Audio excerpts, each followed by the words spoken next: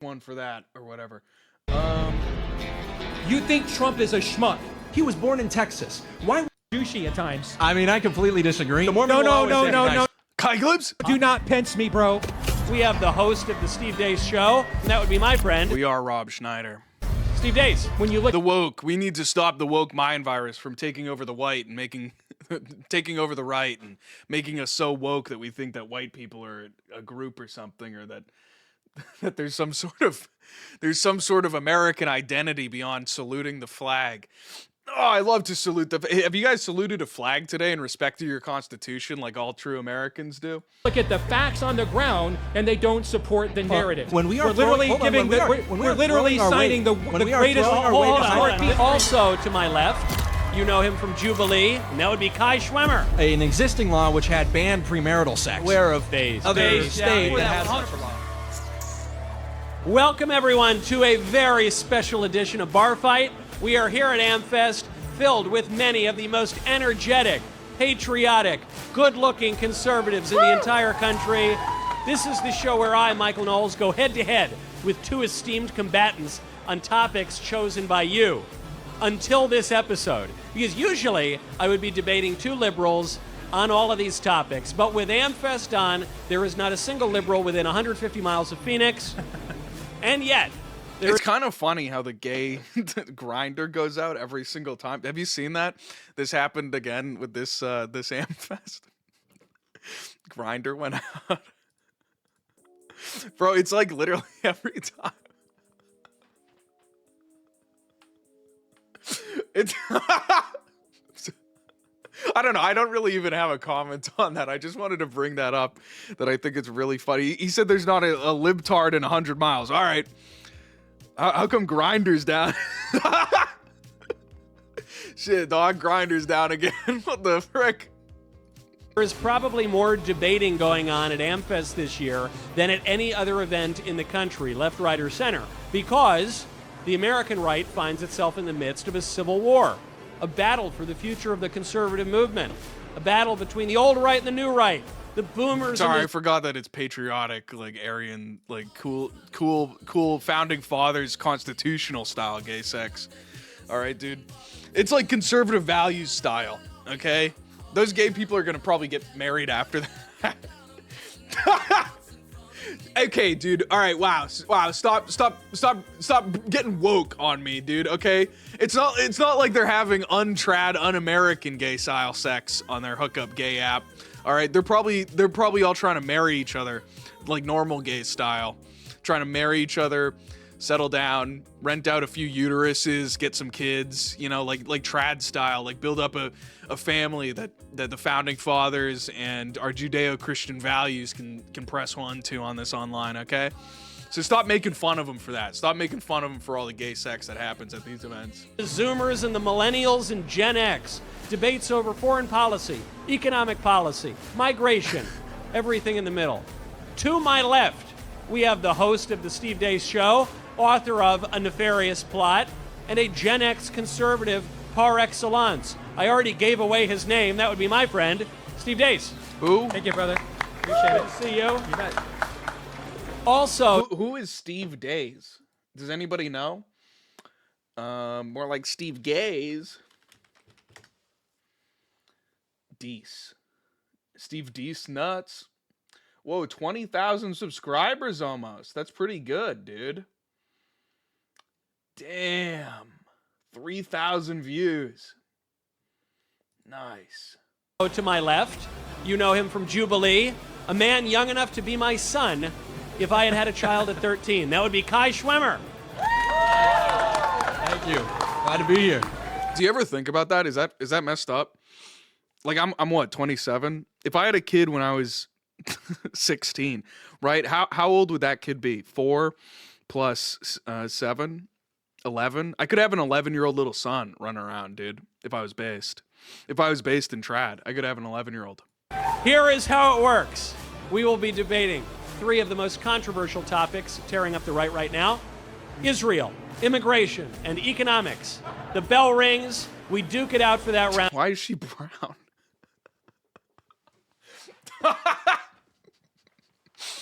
you guys seeing this? What is going on, dude? Conservative women look just like so trashy, dude. I think that's like the worst part of the Trump admin is that every single girl that's like in conservative politics is like going for this like Mar-a-Lago bimbo. Is that a trans? That's a man? It does kind of look like a man now that I'm looking at it. Then our friends in the crowd can come up to the microphones to pick a fight with any of us. But do not wait, because there is a time limit for each round. Gentlemen, are you ready? Ready. Let's get started. Okay. I'm ready. Round one. Okay, round one.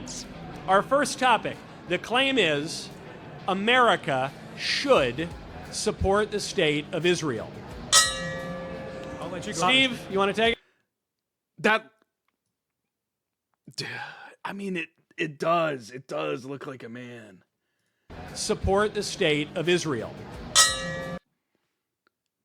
Right? Am I crazy? I'll let The wide eyes too are in fashion. I don't know. Is this like microplastics or something? I've noticed this. I don't know if you guys have noticed this either, that the women's eyes are getting further and further apart. Brittany Venti was truly like, the warning, huh? Steve, you want to take it? 100% What is America that? should support the state of Israel. And I'm not going to give you any boomer era evangelical slogans. I'm not going to take Genesis 12:3 completely out of. I love how they have to be so like embarrassed about it now. I'm not a boomer, all right, I'm Gen Fred X. Durst sent $3. I'm not a boomer. I'd never give you some boomer line about why we have to support Israel from out of context Bible verses. All right, I'm gonna give you a cool hip reason to support Israel and press 1 to their online. Okay, dude. What did you send in? Republican makeup. Yeah, dude. This is totally what I'm talking about. Analysis of Mar-a-Lago face. The New York Times called Mar-a-Lago face a Trump woman look. Noted it included but differed from conservative girl or Republican makeup. However, bing, bing, bing, Fellini-esque exaggeration of the dolled-up Fox News woman anchor look. Yeah, no, I totally know. Yuck. Yeah, no, and everyone, they all look like this now with like layers and layers of foundation and, the fake tan. I just hate Historical it so much. Christian context to appeal. You need a bold new vision of the future, okay? We have it here on America First. Our women are goth, our men are based wang halves, okay? And it's as simple as that. That's a bold vision for the future, a future that everybody can get behind, okay? No fake tans, pale. Pale is back in, okay? You're not getting into a Gartha if you're sitting in a tanning bed 40 hours a day and you end up looking like a piece of toast over there, huh? John Nelson Darby and the dispensationalist of the 1860s. I'm just going to look at history, Mike. I mean, for 1,300 years, we had no nation of Israel, but we had Islam. Boom. This idea that our relationship with Israel is inciting Islam is an ignorant view of history, because for the 1,300 years we had Islam and no Israel. Islam just came after Christendom instead.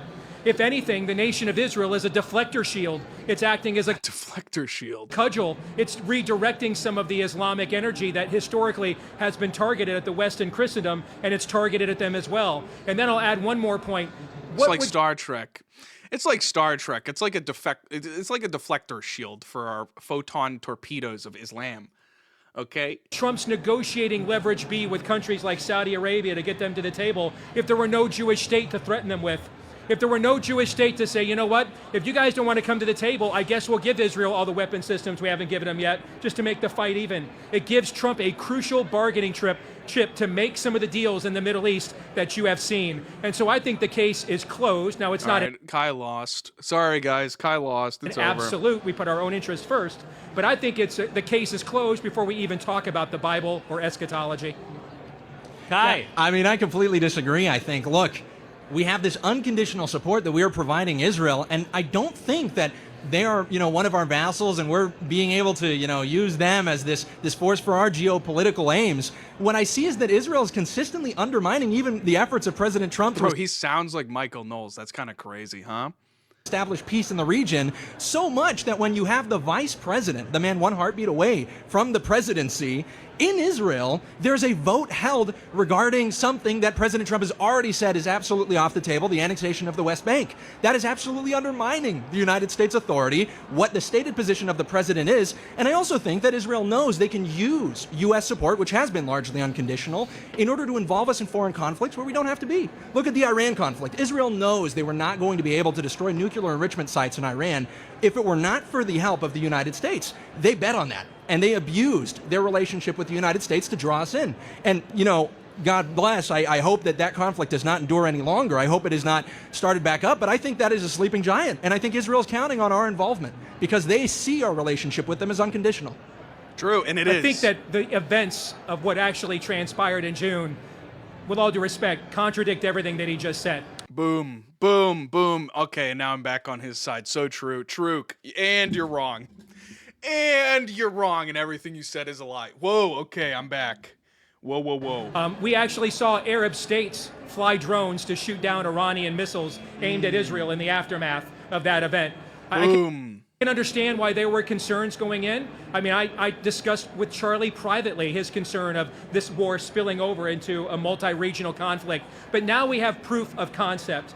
It's such a weird setup. You know what I mean? Like, with Michael, surely Michael Knowles should be between both of them, right? It's weird that they're sitting next to each other and bro keeps just staring off screen at Michael Knowles. You know what I mean? You mentioned the vice president. He said something interesting. He says a lot of things interesting. But one thing that kind of percolated to me, especially since Tucker Carlson's one of his best friends, is when he said, there were a lot of people who claimed prior to what the president did to Iran, that it was going to have a spillover in the region, and none of that happened. And you would think maybe those people would go back and reevaluate how they were wrong. And instead they just continue with their own narrative. Instead what we saw, for that to be true, means that you think Trump, to borrow a Jewish term, is a schmuck. That means that you think that Israel is the one pimping Trump and the tail wags the dog. Reality is, if Israel had done that event had done the operation against Iran that it did, and it sucked, you know what Trump would have said? I'm not wasting any of my political capital on that. You're on your own. But because the op that they did was precise and devastating, he was willing to do what he said, which was essentially provide the winning blow. And boom. Notice we are arguing blow. way more about this than the Arab world is. Have you noticed this, Michael? The American right I don't speak Arab, dude. What are you arguing has way What? more consternation about Gaza than what they do in Saudi Arabia, Egypt, Jordan. Why is that? And it makes you kind of think that maybe Have you ever noticed that when you're watching American television, you never hear Arabs talking to each other about the issues facing their nations? Yeah. Coincidence? I think not. Okay, they're chilling. They love it. There's another agenda at work here when you look at the facts on the ground and they don't support the narrative. Well, Steve, I think if I could tell you exactly why we're talking about this so much, it's because our unconditional support for Israel is undermining our position as a moral and just actor on the world stage. When we are we're literally signing the greatest historic peace agreements we ever have, ever. This is a very important point, and I notice it's a shift. So right out the gate, Steve, you knocked down what I think is the caricature argument of the pro-Israel side and the weakest argument, namely, the Bible tells us we need to be slaves to the nation-state of Israel, and it's our religious duty or whatever. And you say, put that aside. I'm only speaking in nuts and bolts American interest, and made a good argument. Now, you made your side of that argument, but now you're shifting it again into a moral question. Can the United States act morally and justly in the world while defending Israel? I think Kai should fight back on that. Fuck you. That is a strategic interest of America. Fuck you, Michael Knowles. Fuck you. It actually is our strategic interest to not be perceived as immoral actors. That does actually hinder our ability to operate on the world stage if we're seen as stupid animals who support genocide, actually. Well, Go ahead. I think then rather than shift, I'd actually like to stick, Steve, to what you were saying. I think that absolutely the United States does things that are not in the United States' interest, but are actually more so an extension of what the policy that Zionists in the United States and also the state of Israel would encourage, and that is anti-Semitism laws, cracking down on hate speech, and even making illegal the burning of a flag. What flag was that? It was the Israeli flag, even prior to the illegality. Oh, that sucks. Through executive order passed by President Trump of the burning of the American flag. Why do we have that idea in our politics that it is okay to pass laws only first if they are in defense of a foreign nation? And to the point, by the way, that we're assembled around this war in the right wing, here's the question. There is a conflict in the right wing concerning support for Israel. We have one side that is saying, I will not support the right wing if it continues this posture with the relationship to a foreign nation. Now, I see those people as people who want to prioritize American interests, but you have a second party that says that I will retreat from the Republican Party. I will even demolish it if it stops supporting a foreign nation. Now, which one of those two voices do you think is more concerned with what's best for America? The one that's willing to break the coalition for a foreign country's best interest, or the one that's trying to preserve this country's best interest? I've never advocated for any form of anti-Semitism laws. In fact, when this was proposed on a federal... Yeah, I think that was weak, dude. We're talking geopolitics, okay? I feel like it's really easy to make the argument that, like, America is acting outside of its own strategic interest. And I think that he was right. And then the opponent, like, Gen X Seether over here was wrong. Dude, Israel totally did drag America in. Israel does not have the strategic or military capacity to take over Iran or achieve regime change in Iran. And the entire strategic outlook of the entire region is dominated by decades and decades of American support, like Egypt getting paid off, Saudi Arabia getting paid off. We've stabilized the entire region around Israel in the center, you know, without really any benefit whatsoever. And we have on the books unconditional support for them, which we can't even fucking touch. But they're passing. So it's just like, it's crazy. And I feel like you should also get into the fact that, like, America and Israel aren't two separate entities, you know? Israel has, like, a unique lobbying interaction with America, where we have Jewish Zionists living in America with American citizenship that are mega donors and donating, like Miriam Adelson. You also have, like, AIPAC and massive Zionist groups. Half of our more than half, 90% of our Congress are out and out bribed by Israel. It's like, the issue here is like, whatever. Federal level. He's cooking. I'll let him cook. I'm sorry. Early last year, but do we really need to take it to, like, anti-flag burning laws? You know, if we're talking about the Israel flag in America, I think Anonymous sent $3. bigger problem. I'm glad our side is being represented by a Doyle-respecting simp, and worst of all, a Mormon. Someone who's scared to support Nick outright, even though Nick's gone fully mainstream Lamau. Yeah, dude, honestly, like, I don't want to be mean to Kai. And I kind of I like him, and he's cool and all that, or whatever. I've never been friends with him. But that's not because he's, like, an evil asshole. That's because, like, I'm not a normie, and he is. And I can't really be friends with people who aren't freaks. But, like, I have such a low opinion of Rift TV. You would not believe it. I think unironically that, like, Sarah Stock is the only good person at Rift TV. I think that Rift TV is, like, a complete grift. I think Elijah Schaffer is a complete cocksucker. I think that they're all the worst grifters in the world. And it made sense to me when Kai instantly joined Rift TV after coming back. Yeah. And I always saw, this is controversial, I always saw Kai as more of a Doyle guy than a Nick guy or a Groyper guy. You know what I mean? I always saw him more as a Doyler. And that's just based off, like, being around him and watching him glaze the shit out of Doyle repeatedly. Even going back to, like, 2020 TikTok, right? I remember we were doing our little, like, TikTok stream, and who was it? It was like Trey Politics. It was me. It was Kai Clips. It was a bunch of other people. and we were doing like a Christmas stream in 2020, and who was it? It was some guy named Alex Politics. Was that somebody who we were beefing with in the TikTok war? And I was mogging him, and that was funny. And then Doyle came on, and I remember I literally had to mute the fucking microphone. I had to mute my mic, and I had to like turn down the volume because Trey Politics and Kai were literally sitting there just like deep throating John Doyle for like a straight up hour, and there was just no content whatsoever. It was literally like we weren't talking about anything other than glazing John Doyle, and I was just sitting there like so bored and so annoyed the entire time. And then at AFPAC 3, he was sitting at the Doyle table. He wasn't sitting with like Beardson and me and all the rest of us. And dude, I remember him like pressing people. Dude, he like came up to me and he was like, you know, you announced John Doyle, right? That he was coming to AFPAC 3. And like, you know, a few of the like the Groiper interns or whatever were like, yeah, what about it? And he's like, you're not supposed to do that. John Doyle didn't want people to know that he was coming. Like I remember he was anyway, dude, I don't actually want to attack him, and I want to be nice to him. But I don't know. I've always felt weirded out by him but I assume it's because he's a Normoy. And I'm a freak. I'm an actual freak, okay? So I don't know. Response to what the left was doing on college campuses, the way I read the bill, you could actually say the New Testament is anti-Semitic. And I remember the Anti-Defamation League tried to stop Mel Gibson's The Passion from being released because it was a faithful adaptation of the gospel according to the You know, and the thing is, though, also there are like many different roles necessary, you know?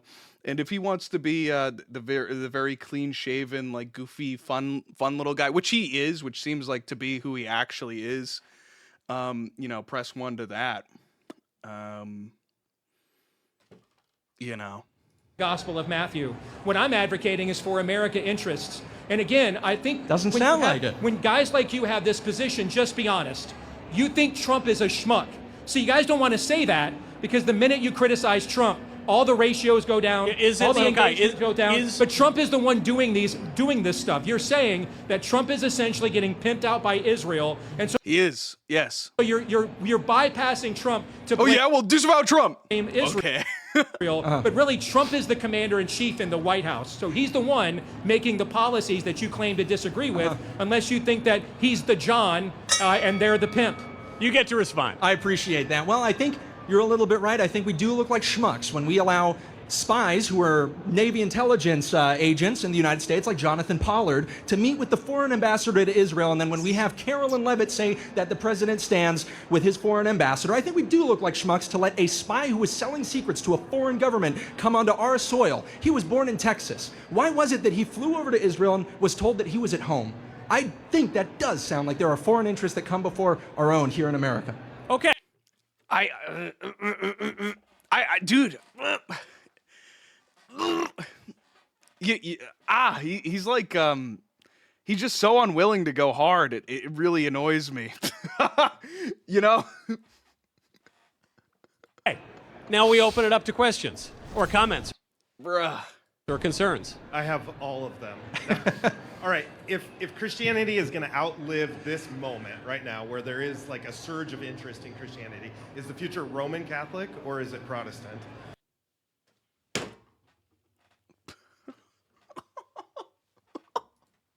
What? And what about Mormons? Hold on. That's not Christianity at all. I don't know Not about the same team.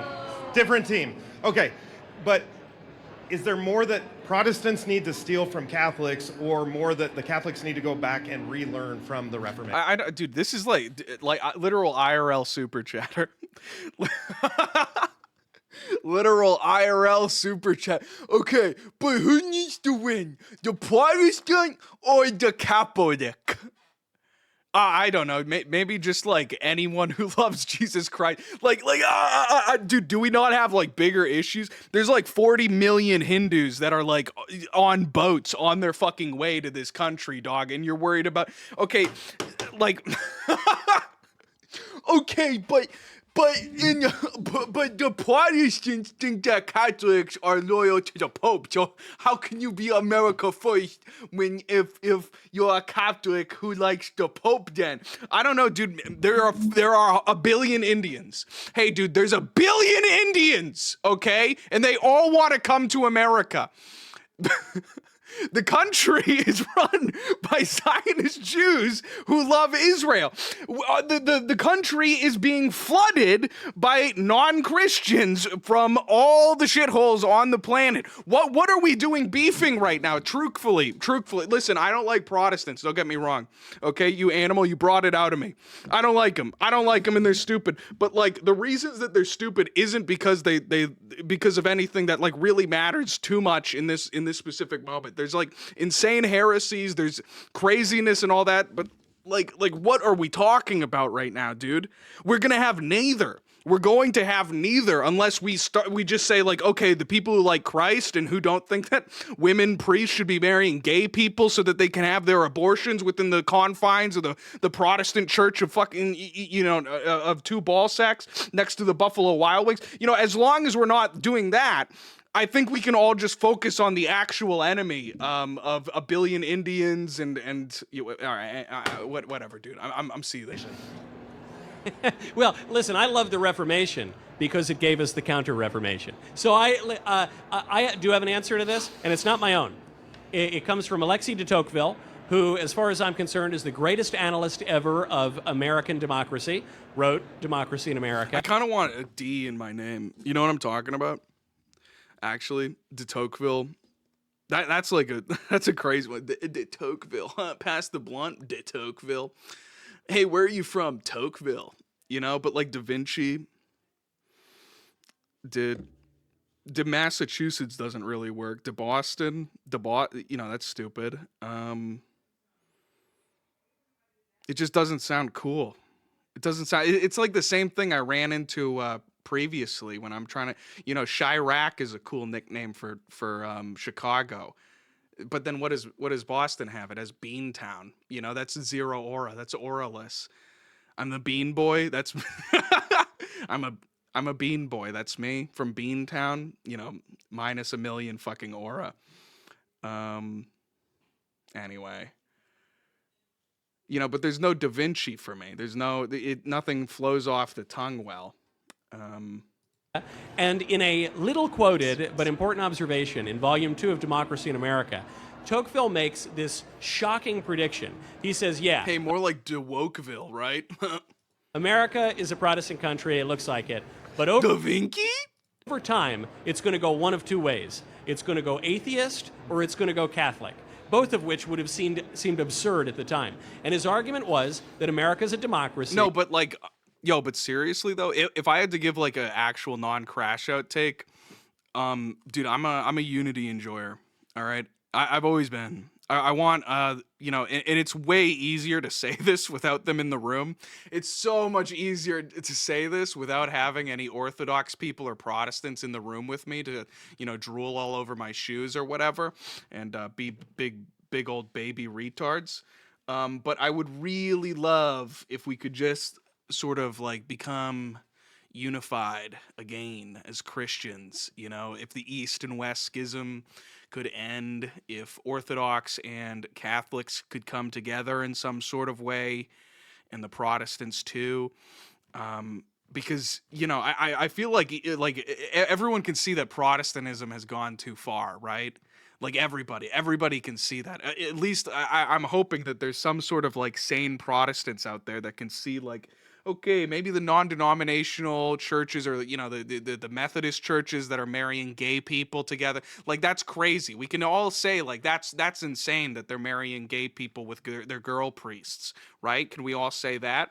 Maybe then all of the people who are still like within 70% of what the Bible said could come together and have some sort of ecumenical council and remedy these things. But the Orthodox, it would require like everyone to ascribe to like some sort of papal supremacy, which I just don't think they could do. But I'm a unity enjoyer. I think that like I think, you know, I think we have like a common enemy, and we have observed sort of the fall off of all of these religions into like insanity, you know. Jay Dyer is going to conquer orthodoxy. Sorry, words. Yes. Isn't he getting disavowed by everybody? Aren't I crazy? I felt like that was the last update I got out of Jay Dyer, is that everybody, all of the Orthodox were kicking him out, and he was like gonna start his own Orthodox church. Am I crazy? Was he getting kicked out of the Orthodox Church? Do I know anything? Does anybody know what I'm talking about? And in democracies, people hate authority, so they want to get rid of religion. But yeah, he's disavowing them back, and Ortho churches are taking sides. Bro. Maybe, dude, hopefully he'll become a Mormon, dude. Jimbo, come on. Maybe he'll become a Mormon. Wouldn't you like that? What if he became a Mormon? Would you guys let him in your church? If he started being a Mormon and talk about how Joseph Smith was based, and would you join his Orthodox Ortho Mormon church? What if he brought it back to basics, where now black people don't have souls again, and you're allowed to marry 3 people or 3 women? Damn, Mormon orthodoxy. That could go hard. if they're going to keep religion, they want it to be a uniform religion, a universal religion. He's had me blocked for like 7 years, by the way. He, like, unironically, like, he had me blocked before anything. He had me blocked when I just had like a Twitter account with like 2,000 followers that I made for my TikTok account. Bro had me blocked instantly. I don't even know what. I literally don't even know what I did to him. I never interacted with Jay Dyer, and he had me blocked at like 2,000 followers back in like 2021. He blocks anyone who shows any slight. Catholics need not apply. He saw his dirty fucking wop, and he just blocked my ass immediately. Kind of based. That applies equally to all, and there the answer would be the Catholic Church. So he predicted a bunch of Catholics in America, and I might have called him crazy even. He blocked me for being Mormon and trolling him. Based. 15 years ago. I'm seeing a lot of people swim the Tiber. Is all I'm saying. That's all I'm saying. And gentlemen, I think America needs to be a biblical nation. I think that ultimately the Word of God. Yeah, that's right. Dirty whap. Is the rock upon which Western civilization was built. And I think that what you're seeing right now, and I think this started with Charlie, I think this is confirmed by Charlie's memorial. What you saw was the Holy Spirit bypass the ecclesiastical structure. It essentially gave up corporately on much of the church that had become weak, flaccid, watered down, guys in perpetual Hawaiian shirts and skinny jeans and sweater vests. And we're not interested in combating the spirit of the age, claiming to be seeker-friendly. It's funny how all the seekers were always in these really posh suburbs where everybody makes hundreds of thousands of dollars and can write all kinds of tithe checks. What the fuck is he talking about? I hate this so much, dude. Dude, wrap it up already, huh? This joke is going on forever. I lost track of where, like, what the hell is going on anymore? This 10-minute long joke. Sorry. You know who was really... Make it cream, make me scream. I don't public, make the scene. I don't cook, I don't clean, but let me tell you, I got this ring. Gobble me, swallow me, drip down inside of me. Quick jump out for you, let it get inside of me. I tell them where to put it, never tell them where I'm about to be. I run down on them before I have a nigga running me. Talk your shit, bite your lip. Ask for a call while you ride that dick. You really ain't never got him fucking for a thing. He already made his mind up before he came. Now get your boots, hang your coat. Fuck this wet ass pussy. He bought a phone just for... Dude, I honestly, dude, the Ben Shapiro version of that song's way better. I feel like everybody knows it at this, but everyone started to accept this. That this was his greatest work. I feel like no haters can even deny this anymore. You know, this was Here's some lyrics. You ready? I'm Marquez. Whores in this house. There's some whores in this house. There's some whores in this house. There's some whores in this house. I said certified freak. 7 days a week. Wet ass P-word. Make that pull-out game weak. Yeah. Yeah, you effing with some wet ass P-word. Bring a bucket and a mop for this wet ass P-word. Give me everything you've got for this wet ass P-word. Beat it up and cut your charge. Extra large and extra hard. Put this P-word right in your face. Wipe your nose like a credit card. Hop on top if I want to ride. I do a kegel while it's inside. Spit in my mouth, look in my eyes. This P-word is wet. Come take a dive. It continues along these lines. And it gets significantly more vulgar. Like, let's hear it. A lot more vulgar. Talk your S-word, bite your lip, ask for a call while you ride that P-word. You really ain't never gonna F him for a thing. He already made his mind up before he came. Now get your boots and your coat for this wet-ass P-word. Pay my tuition just to kiss me on this wet-ass P-word. Right, so, this is, guys, this is what feminists fought for.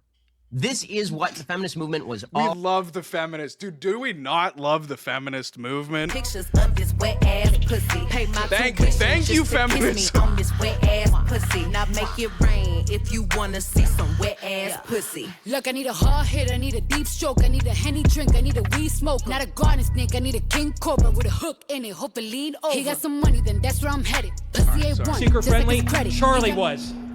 Charlie went where the actual seekers were. And what Charlie proved ultimately is that the word does not return void. And I think ultimately it is the word of God that is perfect. It's the only perfect thing on the earth. It is the word of God that remains. Movements come and fall. Sects come and fall. You see theological fads come and go. The word of God is the constant. And I think ultimately your culture is either... Yeah, but the interpretation isn't, dude. You fucking dumb. I'm 12 and this is deep. The word of God never changes. Yeah, but the people who read it do. Okay, dude. So what's the only church that's maintained it, right? The right one, the correct one. Boom. Jay Dyer's version of the Orthodox Church. They're built on the word of Christ or chaos. Well, if I could add, I'm Chip in for the LDS side here. I was going to say, yeah, the Church of Jesus Christ of Latter-day Saints, I think, is a very big underdog in this fight. If you want to talk about on that, we agree. Oh, brother. If you want to talk about religions in America, there's no more American religion than the Church of Jesus Christ of Latter-day Saints. But that being said, we have record growth in membership in the last year around the world. We absolutely have the important aspects of apostolic succession hierarchy in the church, but we also have... Going back, 100 years, dude? Come on. What are you talking about? Apostolic succession in the Mormon church? What? That's fired, availability. Back to what? Joseph Smith?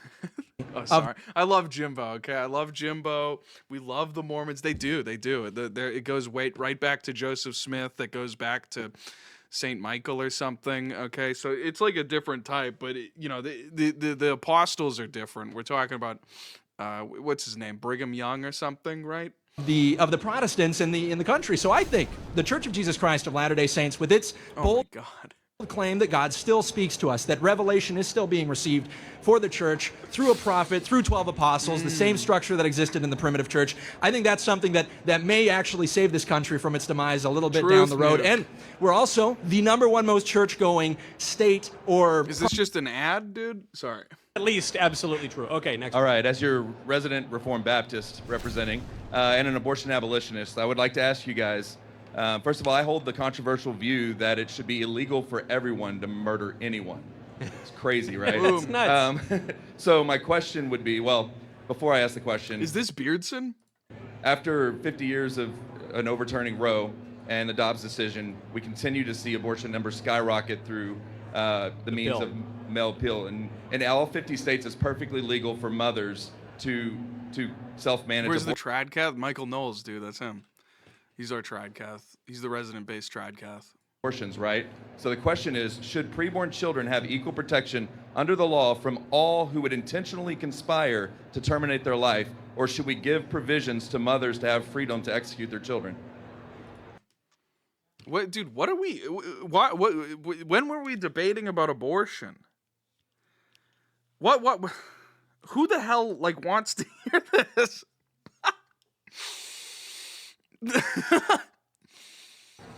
100% preborn children should have every last, going back to the Fifth Amendment, the 14th Amendment. $5 Wurzelroot. I am a 1/10. Caesar got me to make my New Year's resolution to convert from Protestantism to Catholicism.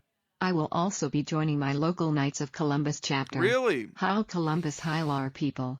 Total night victory. Yeah, I'm sorry about how ugly you are. Being a 1 out of 10 is crazy. Are you sure you're not at least a 2 or a 3 out of 10? Man, a 1 out of 10. So do you have like some sort of fucked up facial disability? Do you have like a vagina in your face? What does that even mean, a 1 out of 10? I can't imagine a man that ugly. Well, I'm really sorry to hear about that, how ugly you are. I don't know really what I can do to help you out. I hear bone smashing is pretty in these days, maybe some meth. But you know, I'm really glad to hear that you're going into Catholicism. I hope that's real. Caesar or Cesar? Who the hell is Cesar? Cesar got me to go make my New Year's resolution to convert from Protestantism to Catholicism. Why are you waiting? Dude, Christmas is right around the corner. What are you doing waiting? You could be dead tomorrow. I will also be joining my local Knights of Columbus chapter. That's fun. Hail Columbus, hail our people, total night victory. So true. That's fun, dude. The amendment has its in numerology? as predicate that language. No person shall be denied life, liberty, or property without due process of law. I mean, I was one of the pioneers of the personhood movement a decade ago. So 100% I believe in the personhood of the unborn child. I do think you're making these are kind of your classic abolitionist talking points. I'll say that you guys are going to win the argument because the mainstream pro-life movement is rudderless and lacks direction and had no post-Roe plan. So you're going to win because you guys actually have a vision to victory. The challenge that you guys are going to have is what kind of collateral damage are you going to cause on your way to your victory? Because you guys, and I say this, man, as a pugilist, okay? But you guys take some of the most counterintuitive confrontational tactics I've ever seen, right? And you end up, and I've said this to some of your national leaders, you push away people who would be with you because you give them, you make them think that everything they did for the last 40 years was a sin against Christ. So I appreciate that. Can we address 100%. You bet. I don't know. We're having a fucking, oh my God. What? What are we doing? We're having like a hypothetical abortion debate right now. This is awesome. Those guys, so on the point, it sounds like we're wearing you down. You're coming around to our position. Listen, I had your position before you did. What I'm saying is you would have won probably by now if your tactics were, to be blunt, a little less douchey at times, to be blunt. And because you're right, your argument is correct. The stuff, you know, kind of the color revolution tactics of standing outside people's offices and screaming and yelling at them and all that stuff I see. I can just tell you, because I get emails from the very left. Dude, oh my God, dude, dude, midwits can't help themselves other than get into like strategical analysis that nobody asked for. You know what I mean? It's like the same exact thing when I joined that space with all of those like AF Seethers. And they were literally just sitting there and they're like criticizing the strategy of America First and like the Groypers. And it's like, what are you talking about? Like, you have strategy beefs with us? Well, it's working. So like what are you talking about? If you have a strategy beef, why aren't you doing it the way that you want it to be done? Why aren't you doing it the better way that you know? Like, why are you sitting here seething about our motion and saying that we're moving the wrong way? You do it the better way. We're not trying to punch you. We're not trying to stop you and strangle you from doing your strategy. If you have a great strategy, you do it. What are you talking about with this hypothetical, like, oh, well, the problem is the way you guys are approaching it. Shut up. Whatever. Who cares? Who even asked? Who asked for your hot take, dude? Bro, it's because you hit like 95 IQ and people start thinking that they're ideas guys. They're like, I'm kind of smart. I have common sense. I could see through the BS. You know, you don't though. You can't. You're capable of only thinking of things that everyone else has already thought of before, but you really think that you got it. Oh, yeah. I thought about this for about 30 minutes, and I've got some hot takes. I saw a post about this. It was Redditors thinking that they'd like broken physics in their Physics 101 class. Dude, it's so common. I know so many people who are like that. I feel like it's just like a phase that most people go through, where they get this like I'm the smartest person on the planet disease, you know, and they take like philosophy 101, and suddenly they're like, whoa, Marcus Aurelius was a dumbass. He doesn't. Sorry, I'm subtweeting Dalton right now. I just realized Dalton said that he tweeted that the other day, and I saw that he said what was it? Stoicism is for idiots. And I'm like, dude, you don't know what the hell you're like a retard. You're like a dumb piece of shit. It's crazy. Like you're counter signaling like some of the smartest people who've ever lived right now. I've done this before, and I do think Marcus Aurelius is an idiot, but it's not because of stoicism or philosophy. He betrayed his own philosophy by breaking the chain of appointed dictators of Rome. You know, that's my beef with him. But to say that stoicism is for idiots, or that like any philosophy is idiotic, it's like it's because you don't understand enough about philosophy, right? Like you haven't actually read any of this shit. You're just like a 95 IQ little dunderhead who has completed like half a semester of Introduction to Philosophic Thought 101, and suddenly, you know, you are thinking that you are capable of even participating in the conversation of 2,000 years of Western philosophy, you know. And the same thing is happening like with these people who get like stuck in this thought that like, oh yeah, well, you want to know my thoughts on what your strategy should be? Like what? Okay, well, what has your strategic brain yielded for you and your movements? Your 19,000 followers on YouTube at the age of 60. Wow. Whoa, impressive. Wow, you've done it with all the institutional backers too. Legislators that you're trying to reach. And you give them an excuse to be cowards with that kind of behavior, where if you confronted them on an intellectual basis, their complete arguments would collapse because they lack any moral clarity at all. I agree with the feedback and garner your support. How about from the LDS and the Catholic? Well, I actually agree very much so with what Steve said. It's always this issue, right, of what is the most politically pragmatic versus which is the most morally correct. And yes, the abolitionist argument is the one that is going to be obviously the most consistent. And I had that question myself. Why did I at one point believe in exceptions for abortion in cases of rape or incest? It makes no sense at all. I will say, however, sometimes we make consistency a false god. The same. Fuck that. Also, in the case of rape and incest, Why are we so quick? I listen. What do you mean? What do you mean? The baby didn't rape you? I don't know. Maybe I'm crazy. Same way that often we make pragmatism a false god. I think it is important to understand. Is it life or is it not? Understand our situation and how that situation differs across countries. But I think that personally, every single individual should take the abolitionist position. It is correct. It does more affirm the value of each individual human life. So be nicer. Okay. What else? Yes. No. The Mormon will always say No. Do not Pence me, bro. No. I didn't say anything about being nice. There's a wide chasm. This guy is such like an unlikable retard, I think this is the issue with Gen X, is that they have like no balls and penis. They like total little white cock energy, No. Shut up, dude. Shut up. Get away from me. What do you... You soft little idiot, shut up, dude. Sorry.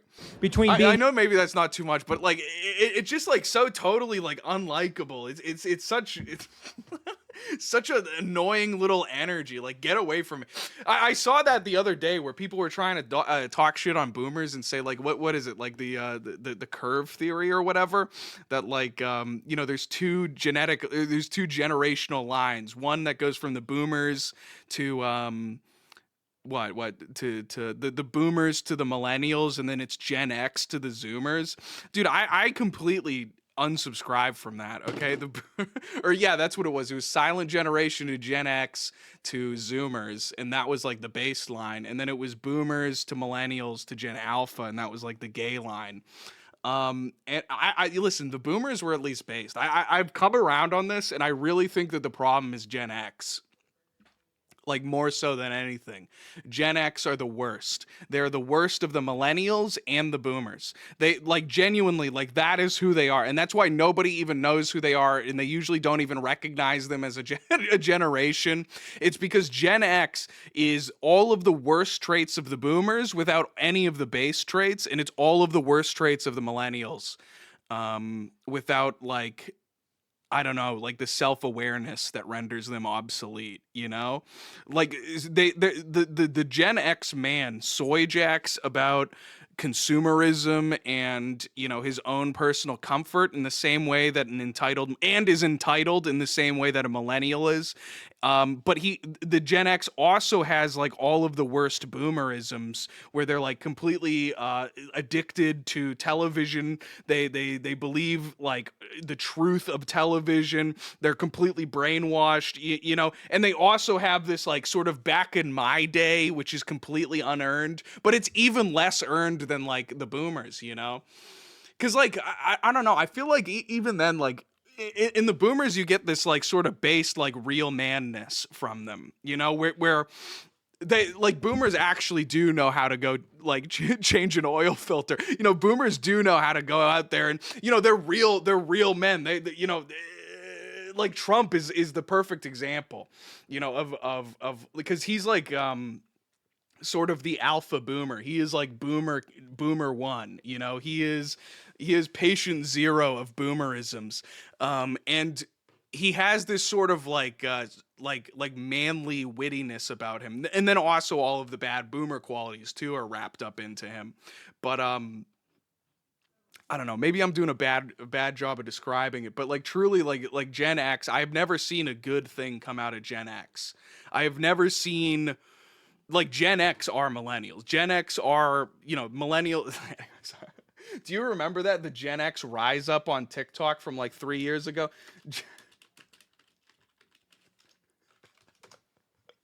Gen X rise up. For those. Where is it? Gen X rise.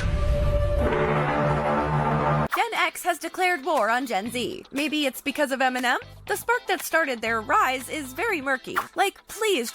Gen Z will say, Gen X rise. Honey, my midlife. All right, it's literally just people making fun of it. Can we see the actual compilation? Gen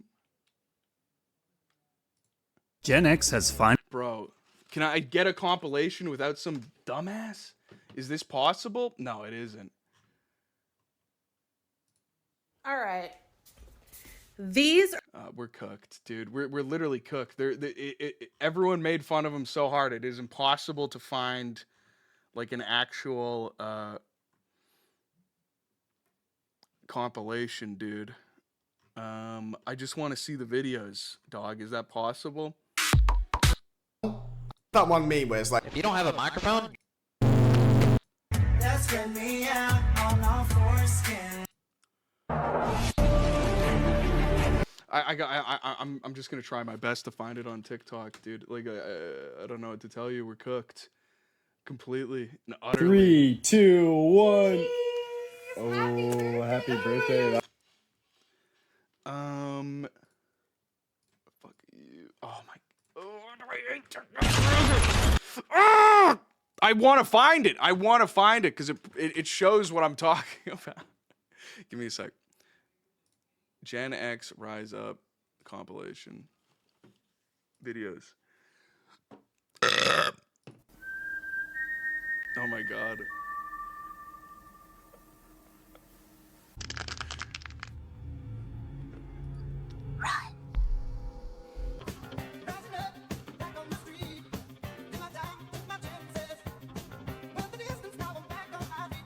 You can't summon a whole generation just by playing a song. Gen X rise.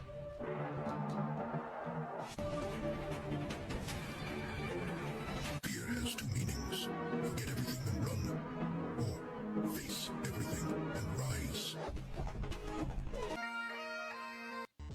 For those Gen Zers out there that don't understand the Gen X rise, let me explain it. The Gen X folks are the toughest people that currently exist in our world today. They are emotionally tough and they are physically tough. I am the oldest millennial. I was born in 82, but I had an older brother, so I was raised as a Gen X kid. And let me tell you a little bit about how we were raised. Nobody was watching us. For those Gen Zers out there that don't understand the Gen X rise.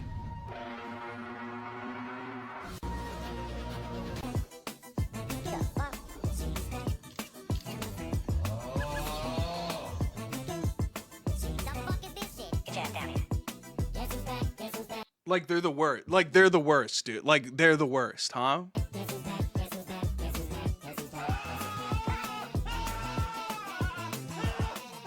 Gen X rise.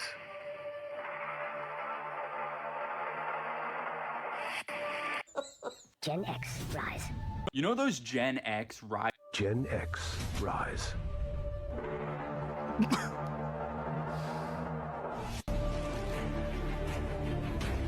I'm dropping frames.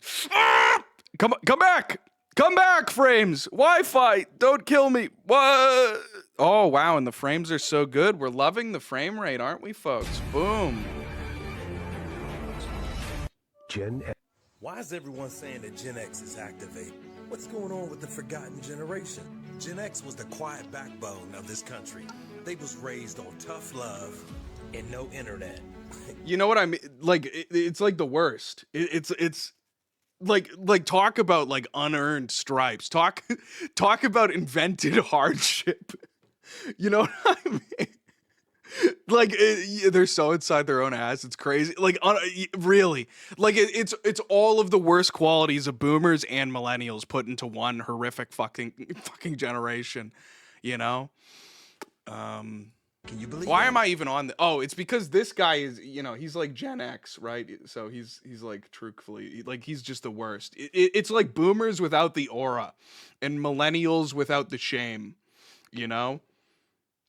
Wow, that's really there we go. We found it. That's the way to put it. Boomers without the aura and millennials without the shame. Like you'll never see a Gen Xer saying you're not that guy, pal. You know. You're not that guy, pal. How's that? How's that? How's that? Fuck you where you breathe. Okay? Why you coming Don't after tell me me, what man? the fuck to do. How's that, pal? I didn't tell you what to You do. did. You said don't talk to people who you don't know. I'll talk to whoever the fuck I want to know. Never mind. How's that, pal? Never mind. I did tell him not to talk to you. That's right. So use your fucking head if you know how. Understood. Okay, you little pimply little shit. Hey, you guys. If you guys could not do this in the store. That sounds good to me. So then leave. I'm checking out, sir. Yeah, Check go out. ahead, ring out. If you could take Okay? 6 You're not feet. that guy, pal. Trust me. You're not that guy. Okay. Okay? Absolutely. You're gonna get arrested for this? Arrested for doing what? Just like a pimple on the left. Somebody says something and you don't like it. And you don't like it, right? Is that what it is? You little pimp. Can you hold the camera while I check out? I'll leave the store. I'm listening Okay? to the young Fuck lady. you where you bleed, pal. Right where you breathe. Go vote for fucking Biden and suck right here. Have a good day, sir. Vote for Trump, you idiot. So You can vote for whoever you based. want, as far as I'm concerned. Oh, Let's Jesus go. Christ. What a based individual. What a based individual. Let's go. All right, back to this. Being douchey and being nice. Agreed. What I'm saying is be wiser. I could Yes, care sir. less about Agreed. nice, but be wiser. Yes. Okay. And I believe myself and my team, we've been very nice and not douchey. Get it. So thank you. No, you've been wise. Thank you, sir. Don't be nice. Be wise. Yes, sir. Okay. I would say my politics comes down to Aristotle, basically. And Aristotle says the paramount political virtue is prudence, not Lionheart pragmatism. sent $6. I'm jerking.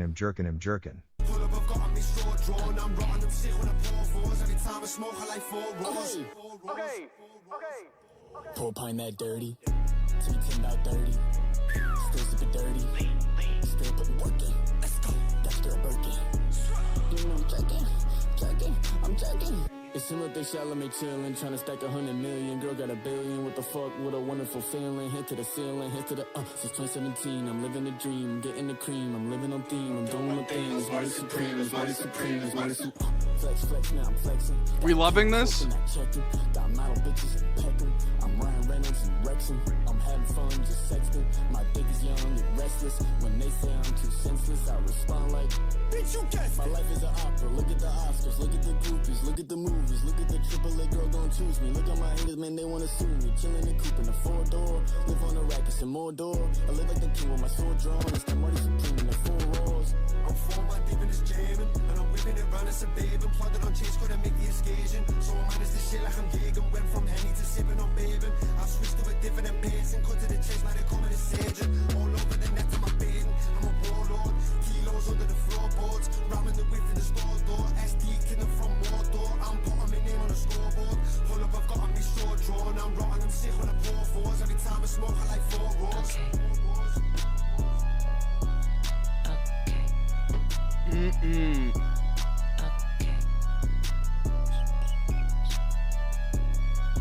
Banger. Yeah. Anonymous sent $5. At least the least racist boomer sense of humor is comparing Obama and Michelle to a monkey sniffing the ass of another monkey video on Facebook. Gen Xers humor just stems from referencing the same South Park joke for 30 years. Yeah, true. Damn, so you're so real. You're so real. I feel like everyone's been sleeping on Gen X hate. You know, people have been they've been sleeping on it for real. That's so real too. They all are like South Parkians, you know. They don't have that raw boomer energy, you know. Not utilitarianism, but prudence. And so, of course, I want all abortion to end. There's no moral excuse to kill an innocent baby under any circumstances. However, I'm not really an all or nothing kind of person. I am willing to take an incremental that raw change. bad boy I think it's vibe. They don't have that raw bad boy vibe of the boomers. The fallen world. I don't think we're going to see perfection this side of heaven. It does seem like the culture is moving a little bit more in our direction for a variety of reasons.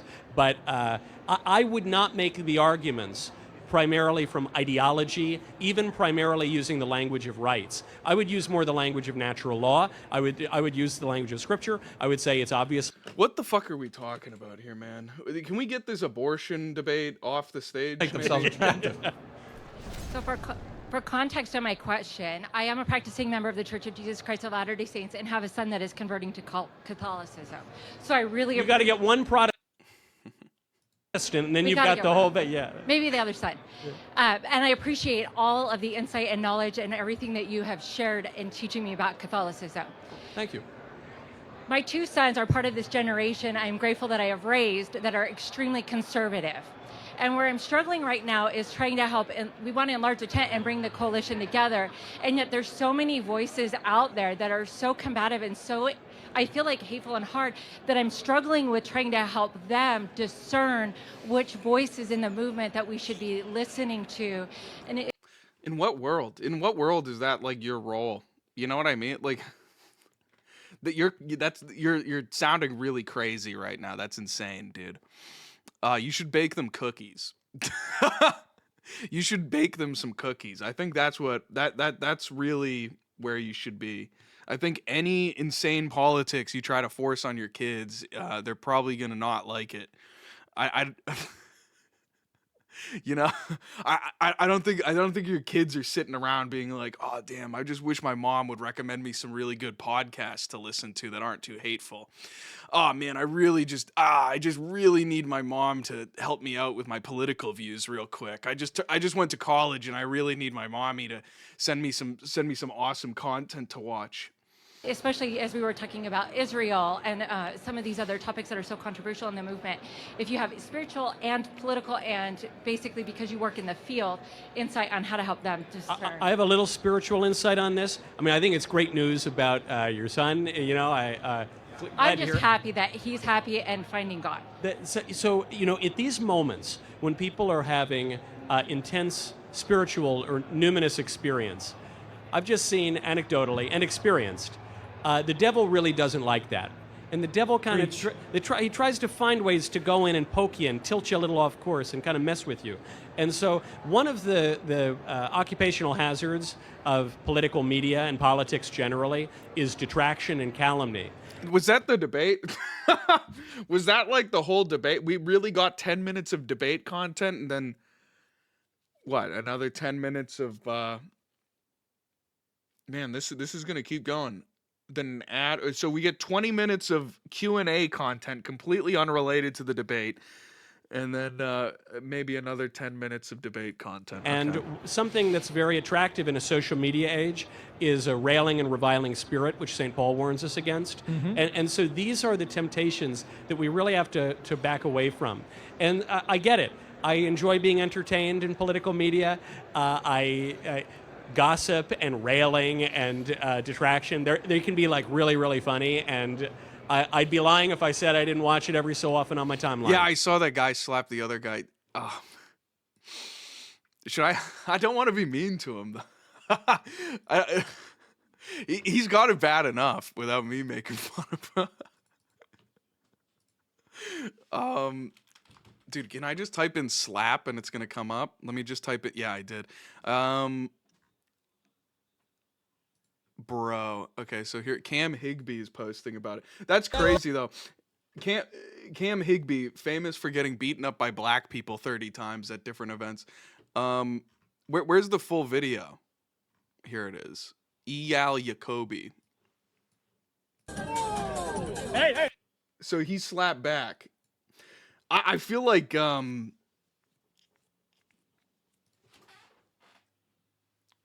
yeah, he had to do something, right? You know what I mean? He had to do something because everyone, dude, have you seen any of his posts recently?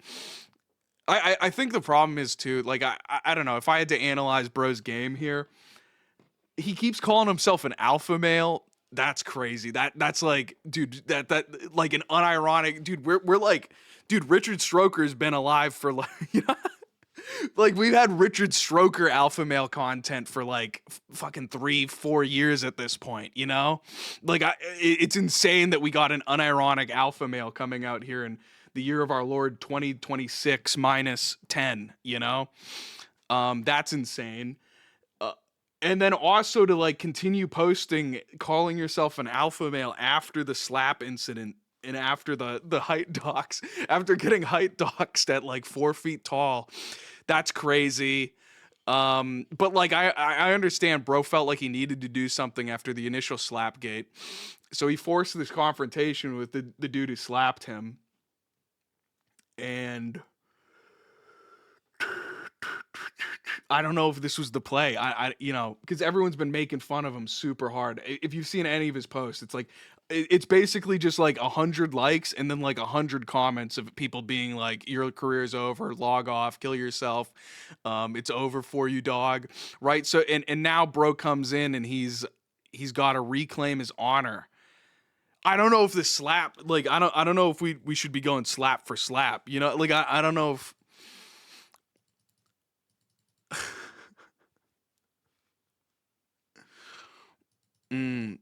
listen to the whole vid. It's so bad the conversation's worse. I haven't. I've just seen the clip, so maybe this will be interesting. Dude, honest, I have such a low tolerance for cringe. It's like crazy, dude. Like I didn't watch The Office for years because the cringe content is too much to me. People always try to do that too. They try to send me like these cringe videos. I can't do it, dude. It like boils my skin. I hate cringe content. Let's see it, dude. Calling you a patriot. Hey! Back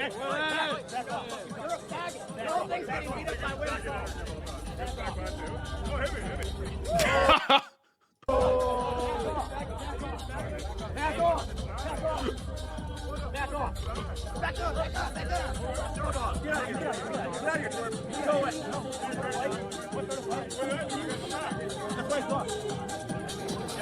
I commented on one of them. I appreciate it. You're telling people that you're glad they enjoyed the video.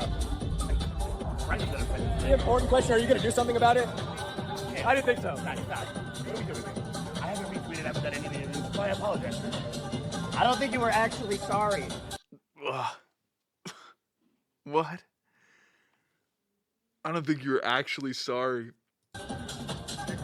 Yeah, I say with the music, I really see why Grindr had an outage. I'm starting to understand why Grindr was having a massive outage during this event. I don't think you're really sorry, dude. That's crazy. So I apologize. I don't think you were actually sorry. I don't see that in the video. Or the pictures you're taking or anything. My problem is that you've emboldened all my haters to come after me now. I really hope they don't. I would never want to look. Listen. I'm not a violent person. I forgive and forget. It's okay. I know, I shouldn't let myself get that. But people are calling you a hero and a patriot for slapping me. You've emboldened other people that hate me to do the same. Well, they should not be doing that. Can we get this on camera? There's a few. Don't. So you're saying nobody should come fuck with me? No. Oh man. You know, everyone gets a crucible. You know what I mean? Like everyone gets. This is truthfully. This is his crucible. You know, And it's all about how you handle it. He's older than me though, isn't he? He's like in his 30s. Sorry. Oh my God. That's crazy. Wow, that's insane. Sorry, I was thinking about him like he was like 21 or something. That's so wild. I was trying to unk him there for a second. I was literally trying to unk him there, or like older bro him. I was trying to big bro him there for a second and be like, hey man, you know, everyone goes through some shit. You know, Nick had his Catboy scandal that he's still dealing with, you know. like everyone, you know, everyone goes through some shit where like they don't look too good and they gotta fucking, you know, they gotta roll with the punches and they gotta overcome it and come through the other side. But it's like he's like 36. Isn't he like Beardson's age? Should do violence ever. For any reason. You apologize to Randy too? That's Randy. Oh. I just want you to apologize to Randy. Damn. He had to come all the way out here. Why would he apologize? Oh my God, it's so cringe. Why is he doing this? Apologize to my friend Randy. Wait, you apologize to my wife's son. Well, would you apologize to my wife's son too? Okay, but what about my wife's son? My wife's son didn't like seeing that violence that you were violent to me and my wife's son saw that. You made my wife's son watch you beat me. You brutalized me with violence right in front of my wife's son. Apologize to my wife's son. All right, his stepdad was his biological father. His biological father was very violent, and he had to witness violence from him too. And you're bringing up a lot of painful memories for this whole family. Okay? Randy was inconvenienced to be here. Ah, damn. So I'm sorry. I can literally only take it in like 3-second long segments. Like it's too much. Like I can't look at the screen. I'm trying my hardest to get through this. I really hate cringe content. I can't do it, dude. Hey, well, enjoy it. It's a fun party. Like I said, man, I haven't talked about it. I didn't do any interviews. I don't. Okay. Well, are you sorry? John Doyle called you a patriot. I know. John Doyle, Elijah Schaefer, Fresh. Everyone's reposting calling you a... I don't know. But if they say that, do you disavow them saying that you're a patriot or slapping them? They can say whatever they want. I can't stop anybody from saying anything. Can you disavow it? Do you disavow people calling you a patriot? You need to admit that what you did was not right. Well, I'm never... Brother, dude, they're... Oh, this is not the way. This is not the way. Let me show you the way. This is not the way, my friend. My friend, this is the wrong way, okay? This is not the way. Disavow somebody calling you a patriot. Oh! You're not going to disavow people calling you a patriot? No. This is not the way. Calling you a patriot for slapping me. People have told me that for years. Not just for you. Okay, dude. People are calling you a patriot because you bitch slapped me. Oh, you didn't have to call it a bitch slap. No way. Oh, damn.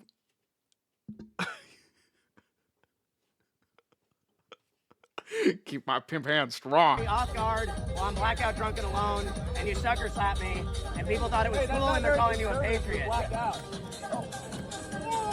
Wow, and that was the preamble. That's when he started crashing out. That's insane, dude. Hey.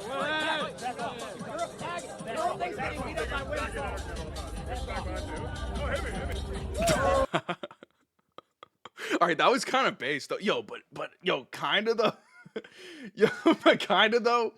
If it was just that, I kind of love that though. That is kind of a base little slap there.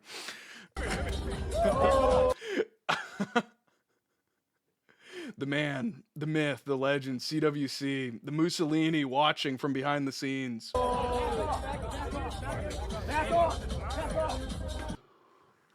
Damn.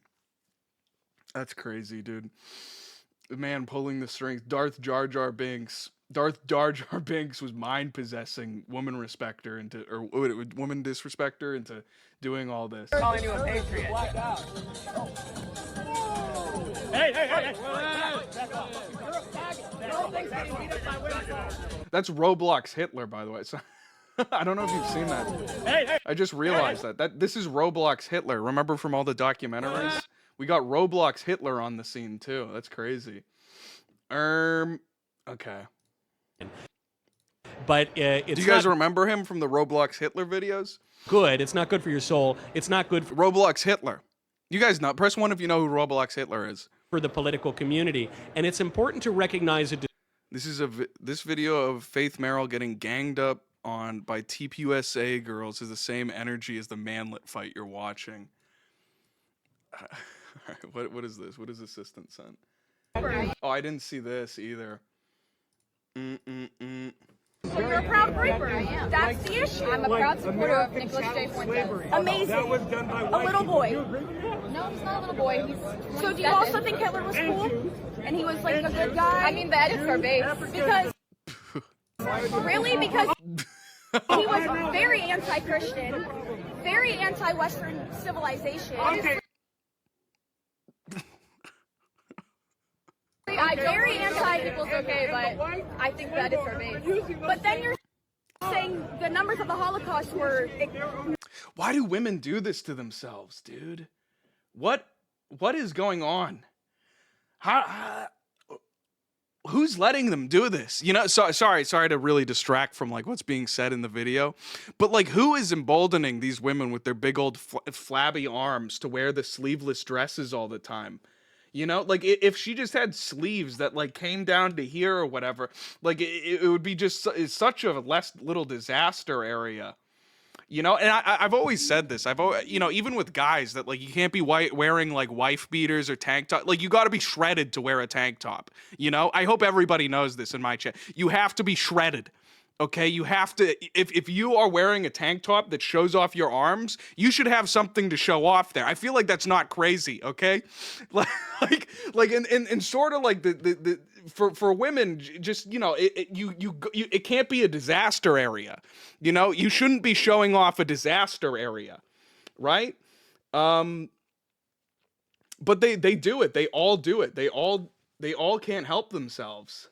Numbers of the Holocaust were not the real numbers. You never know. You've never been judged by Shem. There are 4 million. Okay.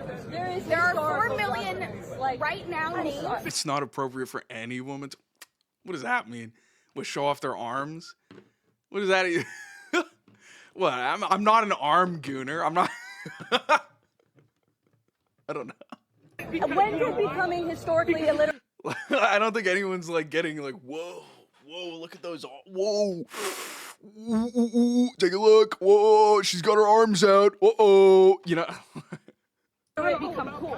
Like when? Oh, now my testosterone, my vril is rising. Ooh, I see your arms. I can't help but rape. Oh. That becomes. So you're proud.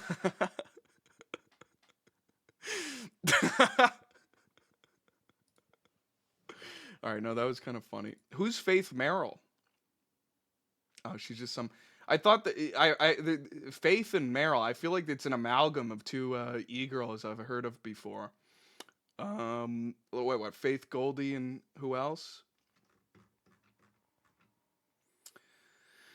All right, Bing. Distinction.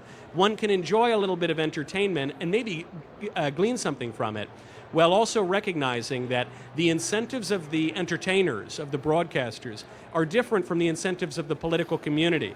And some of them are cynics. Some of them are the kind of people who say, don't even engage civically at all. It's all doom and gloom. Those people have a real profit incentive to make people despair.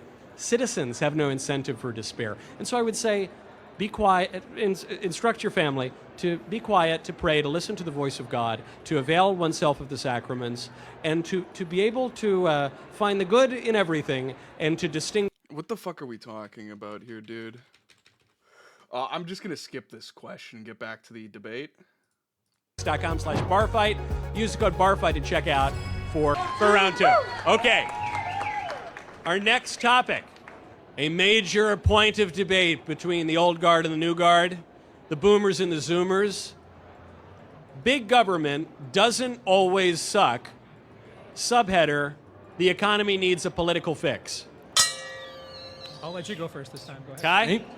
Yeah, I mean, what does Wurzel have to say on this? Yeah, big government does always suck. We need bigger.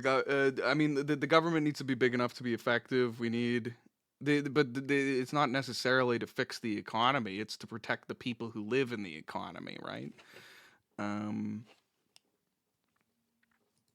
I completely agree. Just as a matter of principle, right? Big government obviously does not always suck.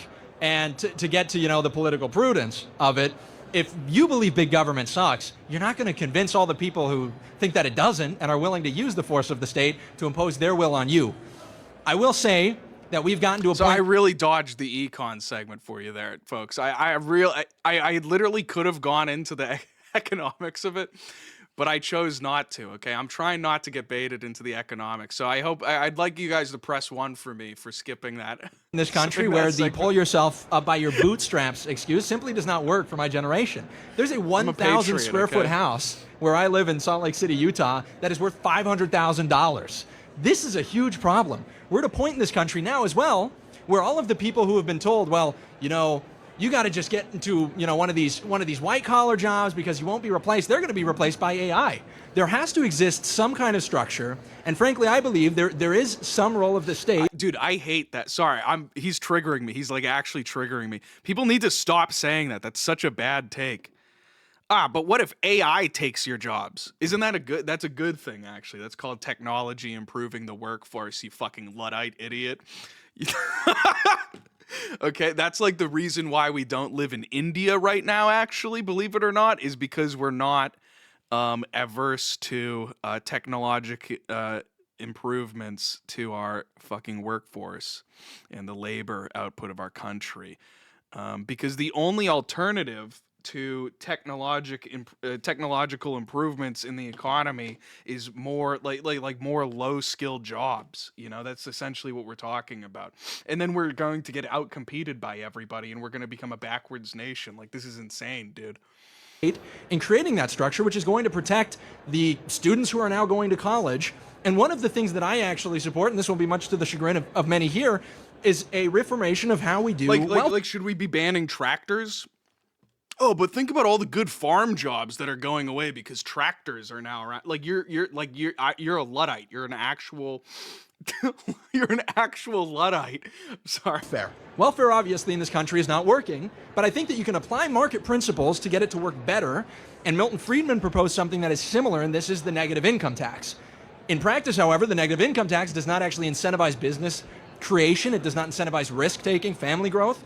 A universal basic income, as much as it may be to the chagrin of many conservatives who are told that is socialism and you can never do anything that even approaches that word, it actually is going. What the fuck are you talking about, dude?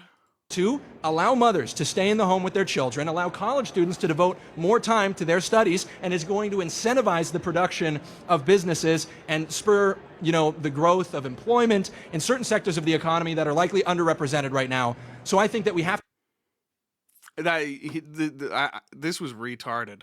Sorry.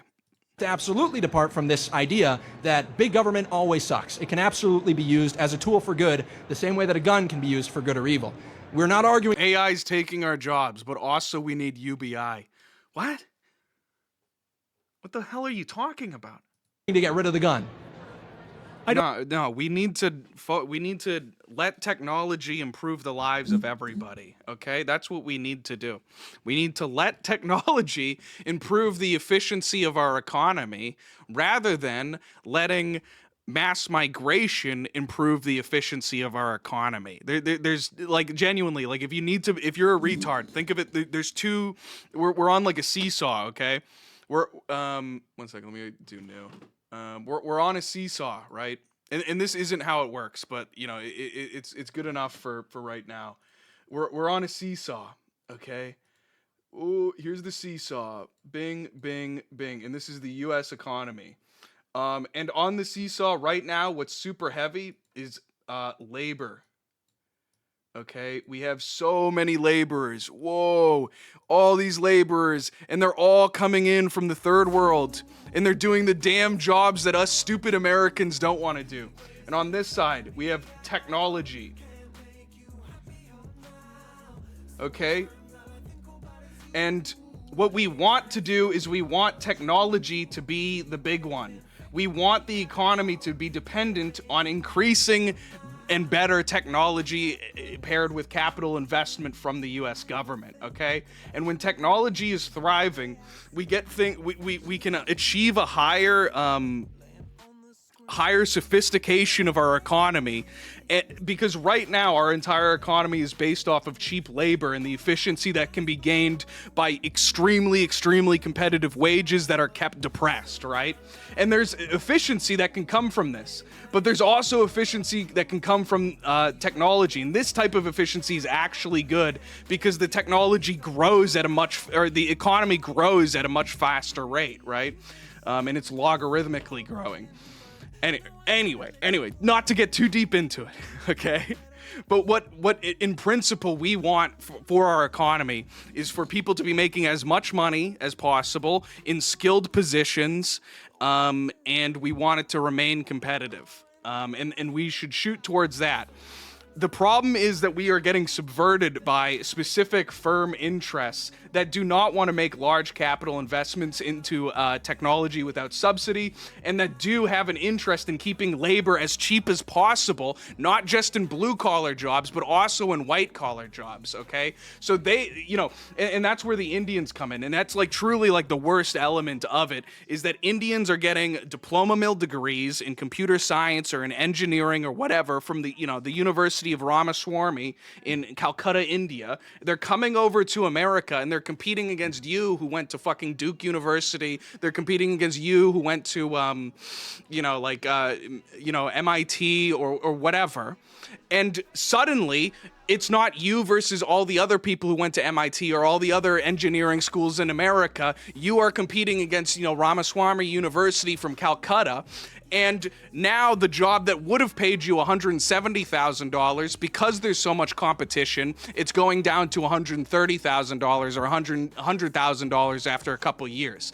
And they are able, the firms, the ones who are lobbying the US government, they are able to extract that efficiency and become a more profitable company based on the depressed wages, right? Whereas if we had AI and all of these other things that were increasing the efficiency through the development of more and more sophisticated technology, it's not really stealing your jobs, because the growth of the economy is actually going to outpace the displacement of jobs, hopefully. And like, we can get into the weeds of that and talk about like UBI, and we can talk about like how we can prevent automation from destroying the whole economy and putting everyone into homelessness. Like, that's totally its own argument. But the answer isn't to avoid technological growth like a Luddite, and allow them to continue making labor and decreased wages and or not, even just suppressed wages as the only means of increasing economic efficiency. Okay, I'm done. I don't disagree with the first half of his answer. And a lot of times big government is defined by, is government doing what you want it to do or not? Is often how it is defined, right? But the solution is where this is going to break down. The reality is doing universal basic income is just... Why are we talking about UBI, man? What? Boomerism on steroids. It's essentially the New Deal, the welfare state, 90 days, same as cash, 6 months, no interest, all the same stuff. I really don't know where I fall on UBI, if I'm being honest. I've just like never heard a way that it could actually be done. Like... I guess that's really like my take, is it's like... To me, UBI is kind of, it sounds a lot like what if we just like gave cookies to everybody? Okay, what does that even mean? Right? Like, yeah, but like, what if like everybody just like got free weed all the time? Like, like yo, but like that's that's what I hear when I hear UBI, and they never elaborate. They never explain to me how it would happen, or like what would happen, how it would work. How it wouldn't negatively affect the economy by literally subsidizing unemployment. I just don't understand how it would function in any way. It sounds to me like you're saying like, oh, dude, what if we like gave free weed to everybody? Like, and like you could just like light up a joint all the time and it would be like chill. And like nobody would be like pissed off or whatever about like doing wars because we'd be smoking joints all the time, dude. Like you know what you know what I mean? Like, but like, are there any UBI enjoyers in chat? Does anybody know how? Like, what is the pitch? How would this actually work? Your parents and grandparents did to bankrupt y'all. We're just going to go ahead and put it on steroids. I mean, ultimately, you have to have here's what stipulated: your economic theorem must, in practicum, line up with human nature. You just have to. We cannot. We have to deal. You said this is practicum. What? Fallen world. We have to deal with the. I'm a UBI enjoyer. The pitch is literally free weed, Lamau. Okay, it's free stimmies for everyone. Okay, but we already have that problem, but with Social Security, though. Like, you know what I mean? Like, like we don't need an extra $100 trillion of unfunded liabilities. I just don't understand it. I don't get it. We're doing UBI. It's called Social Security. You have to wait until you're 67, and if you're under the age of if you're under the age of like 55 right now, you're never going to get it. And the reason you're never going to get any Social Security is because we're going to be insolvent in 10 years over it. Okay? You know, so I don't know. It just is what it is. Realities of human nature. The first people who ever really founded America were the Puritans. And when they landed here, they read Acts 2 and they thought, well, they shared everything in common.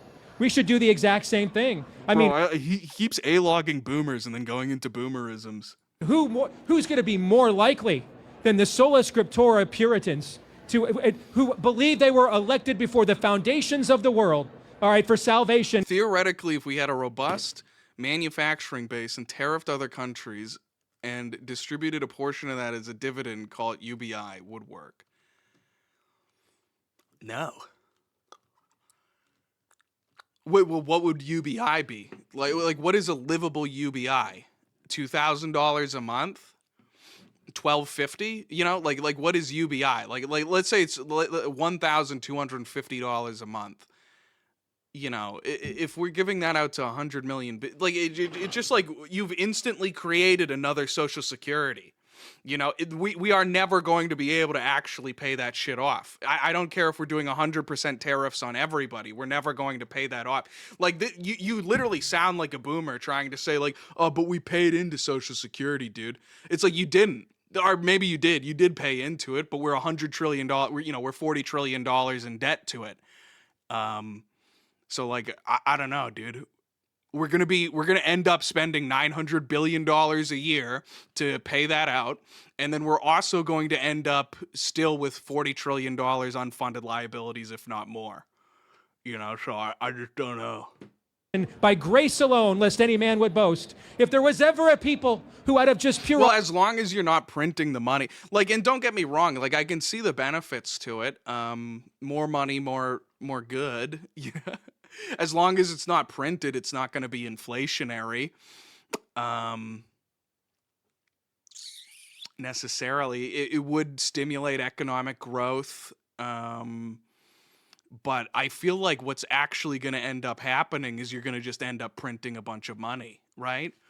And then we're going to have Social Security too, Electric Boogaloo. Altruism would do production and would name, you know, and then Kamala Harris is going to come into office and say that like white people have advantages historically, so they don't qualify. Like you're you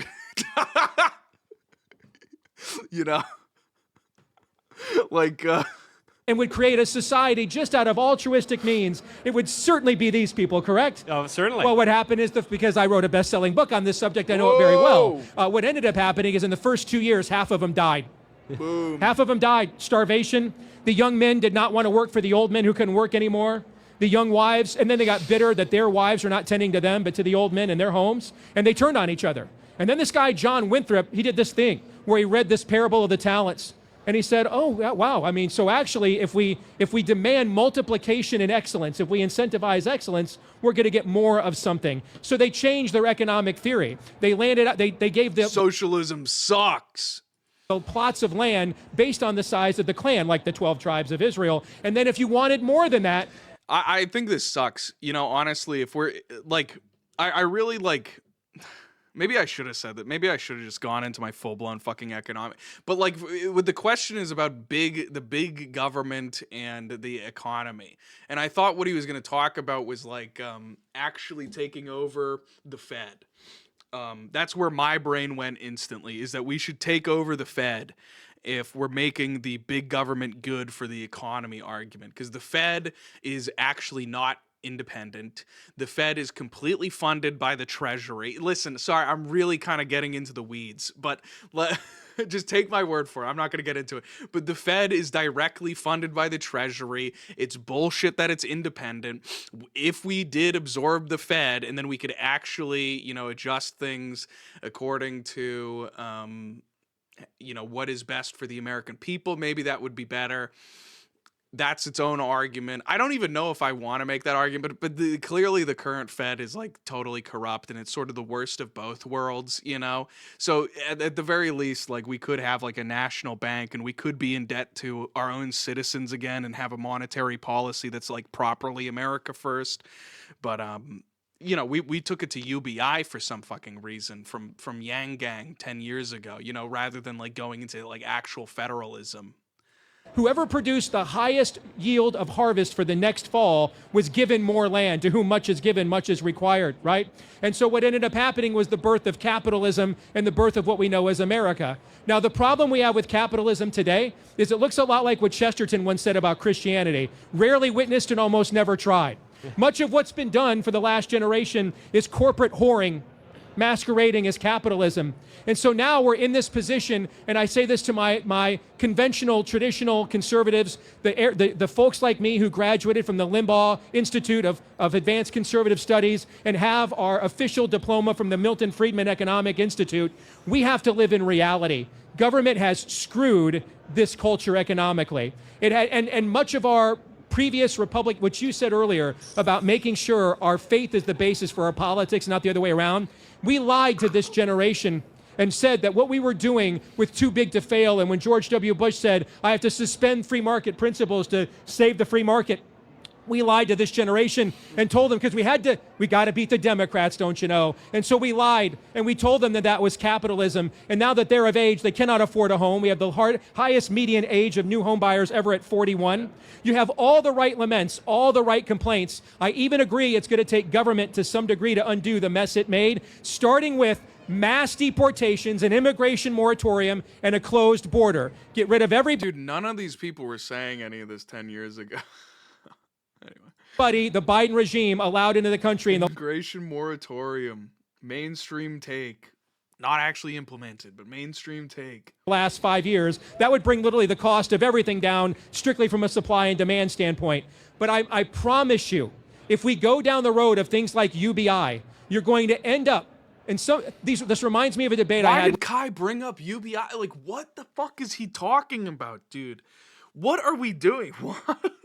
Why did he? Does he just not know anything about economics? He just like defaulted back to Yang Gang. They just made him talk first. Yeah, it like must be, huh? That's crazy. With the Occupy Wall Street guy in Wichita, Kansas 10 years ago. And he said many of the same things. And when he was laying all these complaints at what the Republican Party has falsely smeared as capitalism, when it was really corporatism and whoring, I just kept agreeing and agreeing and agreeing and agreeing. It blew his mind. And so he's like, well, when are we going to disagree? I said, probably when we get to the solutions. And so all the Bro, is Kai going to get to speak? The preamble and the first act of everything you said, brother, chapter and verse, we are singing from the same hymnal, all right? But when we get to solutions, I promise you, just deciding, you know what, the boomers did just the tip, so let's go for the full conception. I promise you, it will reverb on you badly. Why? Because you're going against human nature. We have to incentivize excellence. The answer to undo what was done in the previous generation is not a bigger welfare state or one that redistributes the wealth in my favor. I promise you it won't work. It goes against the created order. It goes against what the creator intended. He's embedded in his creation. We're in this position because we violated the created order. We just did it for corporations. What the fuck are you talking about, dude? Okay, boomer. Whatever you say, boomer. Whatever you say, boomer. Okay, boomer. Yeah, boomer. Whatever you say, boomer. Okay, boomer. Yeah, boomer. Whatever you say, boomer. Okay, boomer.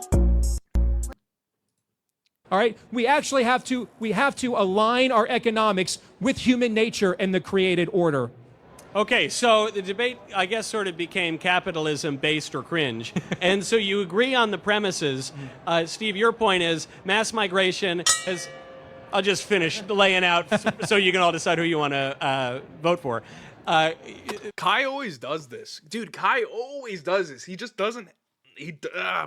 As a loving critique, dude, he always does this. He always is too nice. And he just like chills. And he'll just like sit there and listen to them talk for like 7 minutes. And it's like, dude, you're in a debate that's like a timed 10-minute debate. And you're like letting him get into a boomer loop for 7 uninterrupted minutes. And you're just chilling. You're just max and relax and chilling the frick out, dude. Mass migration has caused rentals to go up 2/3, has caused food prices to go up. Welfare has caused food prices to go way up. I'm sorry about just the tip. We're at a bar, but so I thought it was okay. All right, sorry about that. Okay. And then, Kai, your point is, so, Steve, your argument is, yeah, right now the economy is rough. We need more capitalism. Yep. Kai, your answer is no. We need to put more guardrails on capitalism, and the solution. I would like to try capitalism. I'd like to try it. And Kai's is, yeah, sure, mass deportations are great, but we also need a further political solution to condition capitalism. Give me UBI. Okay, keep that in mind for when you cheer later. Now we turn to the microphone. Yes, sir. So, sorry to kind of redirect a little bit. The noticer sent $6 high. Me mum died in the holly, me mum died in the holly, me mum died in the holly, me mum died in the holly, me mum died in the holly, me mum died in the holly. Can't stop crying over me, mum died in the holly. Can't stop whining over me, mum died in the holly.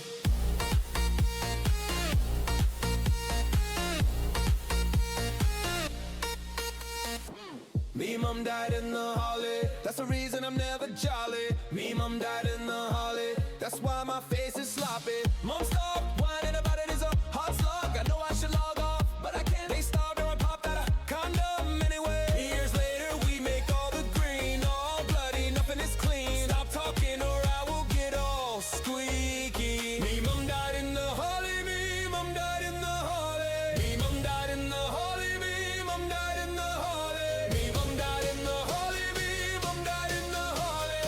Can't stop crying over me. Mum died in the holly. Can't stop whining over All right, I need to get a drink. I'll be right back.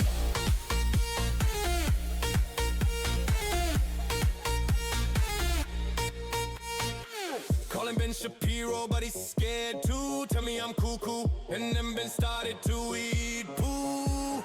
His face changed color as he found another. Damn, he was my only lover. I'm such a sucker. Me mom died in the holly. After being abandoned, I can only make love to my dolly. Ooh yeah, Molly. That's the doll's name. So I bring my A game, doing some face painting. My doll I'm dating, no other man is. Hello, I'm back. Bad stream. She is my main thing. Me mom died in the holly, me mom died in the holly. Me mom died in the holly, me mom died in the holly. Me mom died in the holly, me mom died in the holly. Can't stop crying over me, mom died in the holly. Is this real? Is this what actually happened? Over me, mom died in the holly. Boom, boom, boom, boom. In mind for when you cheer later. Now we turn to the microphone. Yes, sir. So, sorry to kind of redirect a little bit. I know it's not quite on topic. As a Gen Zer myself, a lot of my generation is going very libertarian. I don't like that. Also, as a Bible-believing dirty Protestant, I believe Amen. that definitionally, marriage is... The IRL the like super chat segment is the worst. This is insane, dude. This is like unironically like the worst debate format I've ever seen in my entire life. 10 minutes on each topic, in which we don't actually reach any of the meat of the argument, interrupted by 20 minutes of IRL super chatters, just completely not even asking about what the debate is about. Like, it's like brutal. It's like insane. This is dog shit. This is straight up like the worst dog shit I've ever watched. Michael Knowles should be fucking ashamed. Is between a man and a woman for the procreation and rearing of children. I think we can mostly agree with Wow. that. My follow-up question to that is it worth the political capital to reinstate the definition of marriage in the United States as between a man and a woman, or do we continue to be pragmatic and to allow people to be married between two men and two women? Or oh no! Internet, come back! Don't do it to me! Don't do it to me! Internet, I love you. Internet, I love you. I love you. Mwah. Oh, come here, baby girl. Mwah. Come here, frame rate. Mwah. Mwah. Mwah. Oh, I kissed her back. Sorry, guys. Sorry, chat. Sorry, I really had to just rizz up the internet there for a second. I had to really just lick it and spit it. No, we're back. Stop fucking pressing F, because it didn't F, all right? We didn't F. We stuttered there for a moment. She was just getting a bit sundeer. She needed a bit of attention there. I'm sorry. We're back. All right, boys, don't worry. Is it worth the political... Why can't you do that to us anymore? Why can't... Fuck you, Lamonte, you fair weather little groiper. Haven't seen you around these parts in eons, okay? Lamonte, what are you doing? God of Conquest 91 jerking your little $6 ding dong on Merry Denim Christmas stream. words. 5 days until Christmas.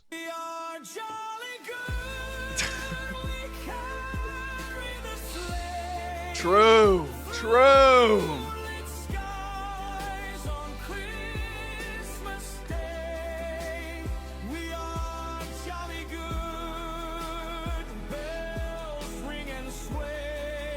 What is this mixed race? Wait, whoa, that was woke? Did Charlie Kirk go woke or something? What was that mixed race family I saw there? Hello? Capital to try to go against that. Yeah, I don't think it's going to cost political capital within 5 to 10 years. I agree completely. You've already seen support for so-called same-sex marriage collapse. Yep. It's now down to 53%, and it's in free fall. The reason for that is that the sexual revolution was taken to its extreme in transgenderism and trans... Okay, I'm not watching this dog shit. All right, good job, Kai Clips or whatever. I really liked the 2 words that you said in that entire debate.